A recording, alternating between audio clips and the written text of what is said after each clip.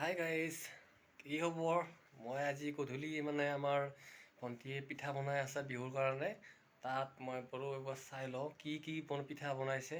আৰু আমাৰতো আহিলে অসমীয়া সংস্কৃতিৰ বিহু, বহাগ বিহু।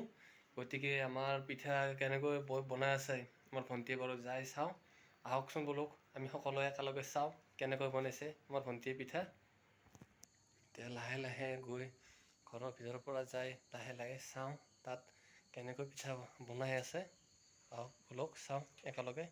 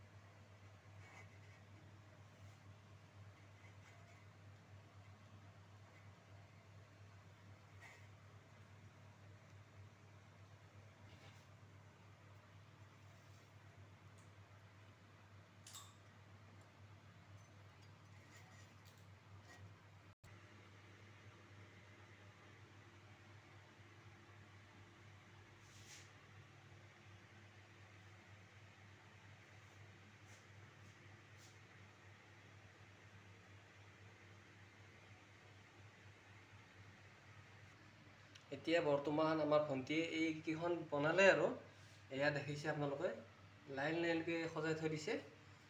তাই প্ৰত্যেক বছৰে 12 বজালৈকে ৰাতি বনাই থাকে এইবিলাক পিঠাবিলাক।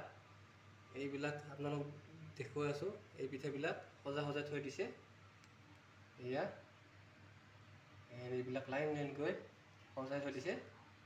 আৰু বহুত গুড়ি আছে, আপোনালোকক মই দেখুৱাম গুড়িখিনিও। এয়া 12টামান বজালৈকে বনাই থাকিব। এয়া চুৰিয়াটোত এইবিলাক গুড়ি আপোনালোকক মই দেখুৱাই আছোঁ। আৰু আপোনালোকে এই চেনেলটো ভাল পালে লাইক কৰিব, শ্বেয়াৰ কৰিব আৰু ছাবস্ক্ৰাইব কৰিব।